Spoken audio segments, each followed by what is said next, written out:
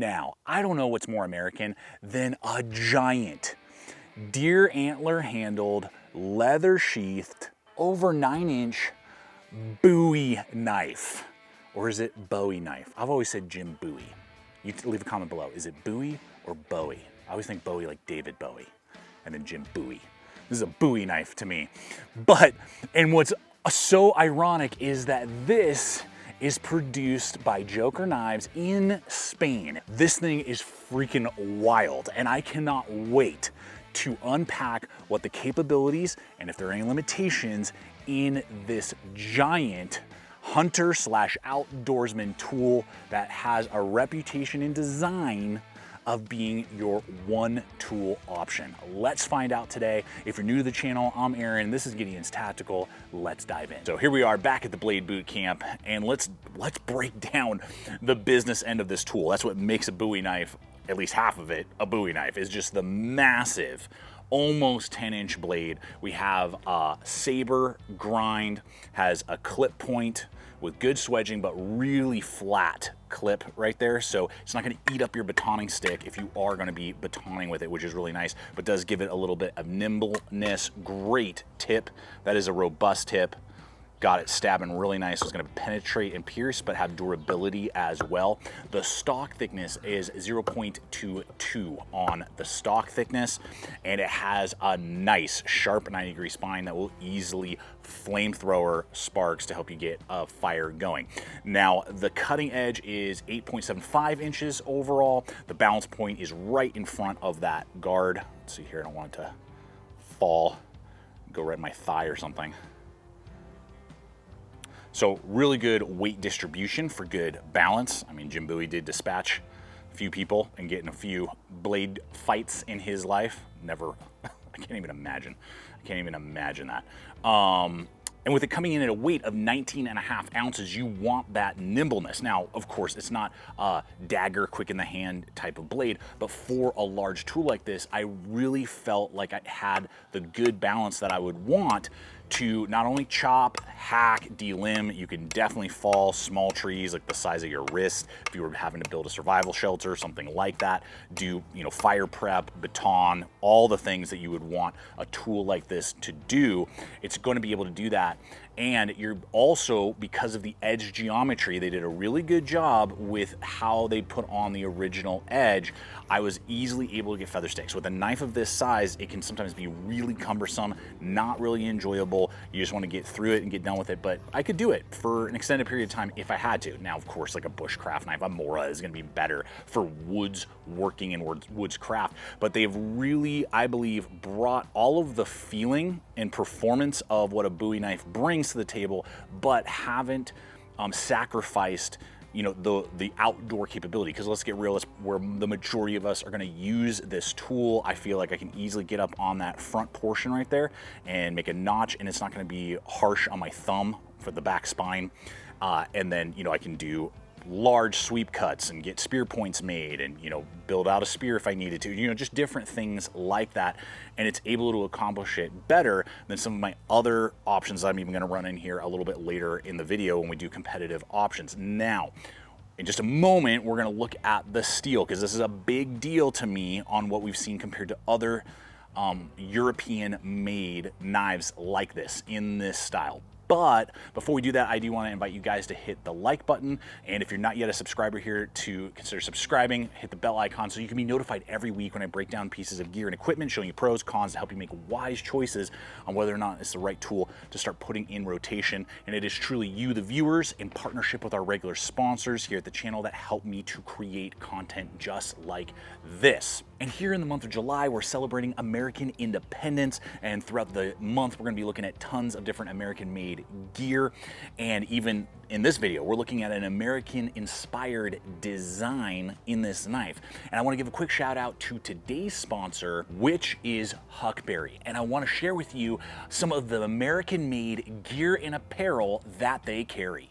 Like my tiger stripe camo pattern GoRuck GR1, which I scored through HUCKBERRY, and they have a huge selection of not only exclusive GoRuck packs, but a good selection of the tried and true favorites. And having done several Grow Ruck challenges myself over the years, I can attest to their quality and durability. But if you just want to use it as an everyday bag and carry your equipment to the office, build out a survival kit, or you just want to throw in some gear and hit the watering hole and cast out a line to catch some fish, these packs are built to last. Now, having American-built gear is awesome, but finding good USA-made apparel can seem sometimes almost impossible. Well, thankfully, Huckberry has their Flint and Tinder line of apparel. And I've especially fallen in love with their vintage series of t-shirts, regardless if it's their Slub One pocket, that has a great cut to it, especially if you go with the tall and you need that type of cut, as well as their soft wash like I'm wearing today with the 100% cotton that just lets it breathe but gives it that durability that I'm always looking for. And don't even get me started on the All-American denim stretch jeans. They have 4 different cuts to choose from slim all the way up to relax, plenty of sizes. My go-to size in jeans is 34 relax, and these fit perfectly with that little extra give so that I feel a lot more mobile and not as restricted as many other jeans I've used in the past. And that's just scratching the surface of the American-made gear that Huckberry carries. So I'm gonna have a link in the description box below over to the Huckberry website, as well as my exclusive 10% off promo code you can apply towards your very first purchase. And score yourself some gear that's not only built to last, but is proudly built right here in the USA. Now, this is what really got me excited when I saw Bowler N695 steel on this blade. Lots of companies, not only Joker, make larger Bowie inspired knives like this, but they usually will either use a very low budget carbon steel or a low budget stainless steel, like 1.4116, which is very similar to the molecular structure you'll find like on Swiss Army knife. So it's fine, but you're constantly having to resharpen it. N695 steel, it's in the 440C family, meaning that it's gonna be rust resistant, it's going to be tougher than N690, and it's gonna have an ease of resharpening. The only area where you see a slight difference is N695 doesn't have quite the wear resistance. I mean, it's very minuscule, but compared to the original N690 like blend. And at a Rockwell 58, here's the factory edge. I have not honed it. This is the way it came out of the box, and now all the use that you've seen in this video. Look at that. Oh my gosh. Let's do it one more time. Look at that. I mean, yes, it's not a super steel, but it is definitely gonna hold an edge for camp out for sure before you need to tune it up. So all those things coming together, I feel like is a big upgrade over a lot of other blades you're gonna find of similar profile and design. Now let's dive into this handle. And I don't know if I have currently in rotation another deer antlered knife when it comes to the handle. And I've handled several, so there's a lot of handles going on there. And I've definitely seen some good work and some shoddy work. This is good work on the material that they chose. They rounded it nicely, you know, polishing the tops and bottoms, but then leaving the good texture on the sides, which isn't sharp, but definitely gives you something to grab onto. You know, it's not slick or anything like that. Very full, thick, and as you guys know, I have large size gloves and my hands are large size, and it's 3.25 inches from knuckle to knuckle, the span of my hand right there. And you can just see how much real estate is on the back end there. We have that nice, just very shallow little groove that just gives you a little feel of a more aggressive grab. So I like that. You know, it's not super deep and drops, you know, aggressively, and then just a very gradual sweep, really nice and rounded, you know, not blocky at all. We have that tubed lanyard out the back there. We have the pins. I haven't had any rattling with all the chopping and batoning, you know, and loosening or any issues like that. And then we do have this massive guard right here. So you are absolutely locked in, and you can, with the Ricasso choke up, I can get over, and it's not super sharp on the shoulders of that guard, so I can get my thumb if necessary. Now, it's not a bushcraft knife, you know, you're not, if you're wanting something to build 10 feather sticks with, this is not the ideal tool. But for this style, it's pretty impressive and can get quite a bit done for you. Now, there's one aspect that I'm like, it's not bad, but I wish that they had just made the scales flush with the tang. They are not. There's a micron, less than a millimeter, I feel like, a lip all the way around. It's the same all the way around, so it seems like it was done on purpose, but the shoulder is a little abrupt. If they either had rounded that shoulder of the metal tang or just made it flush. Either way, it's not sharp, but you feel it, you know that it's there. Whereas if they just rounded it, then it probably would have disappeared in your hand. Now you could obviously, if it bothers you, use some sandpaper and kind of polish that down, the shoulder down a little bit.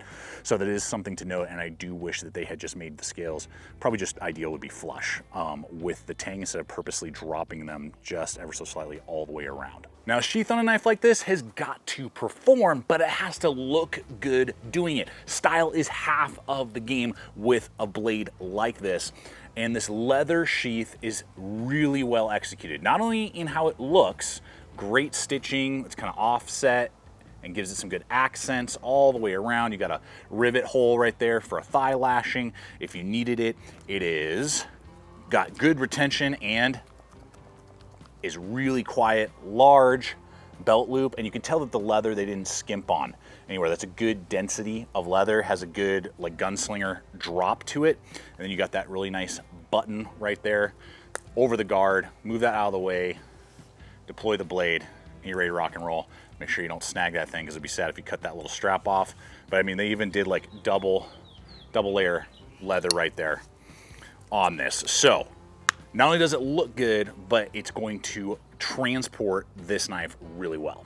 So now let's look at pricing and competitive options. What it's gonna take to get you into a blade like this. And I do appreciate Joker Knives hooking me up with this model so I can break it down for you guys, show you pros, cons, help you determine for yourself if it's really the right tool.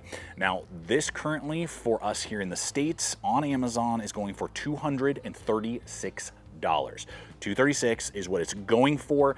In Europe, I don't know the exchange rate. It's probably a little bit cheaper for you over in Europe, and you're actually getting quite a bit bang for buck when we look at other European-made knives with similar steel. Here's an Italian-made giant mouse with N690 steel, and it's got like a 5-inch blade. You can see how much smaller it is compared to the Joker. This is actually gonna be more expensive. This is like $265 on average. So you're getting actually more blade, different aspects, obviously very different knives, but that is something to consider. I'll have links throughout this video in the description box below over to my Amazon store where you can find this blade as well as the other competitive options that we are looking at today. And you do have to weigh, if you're into Bowie knives, then like, yeah, this is awesome. But if you're just looking for a camp knife, I mean, here's a LIONSTEEL made in Italy with Sleipner steel, still dwarfed by this Joker. But you're getting Kydex, you're getting micarta, and Sleipner steel is, in my opinion, a better steel. I like how it performs. It holds a better edge than N690, and this is about $200. So you can get that for a little bit cheaper than you can this. But there's a styling aspect and size aspect that the Joker has that any of these other knives just don't quite accomplish. So for some, the style will not hit home, but for those who love the design, the throwback to like deer antler and leather and just the size and epicness of really what the blade is, and that is not just a showpiece. This is a workhorse from my experience and what I've put it through, and they've really hit a few points that a lot of other designs just can't execute well that I've seen throughout the years. So if you're in the market and you're looking for one of these, this is definitely a very viable option. But I want to hear from you guys. What's your take on Bowie knives in general? This old school design, does it totally connect with you? You're just like, it just doesn't have a place. It's cool, but it just doesn't have a place in my life. I always appreciate your guys' comments, feedbacks. It always helps me to fine tune and know what you guys are interested in for upcoming videos. Again, if you haven't yet subscribed, I invite you to subscribe. Check out the other video popping up. And until next time, always remember to stay equipped, stay prepared, and I'll see you out there.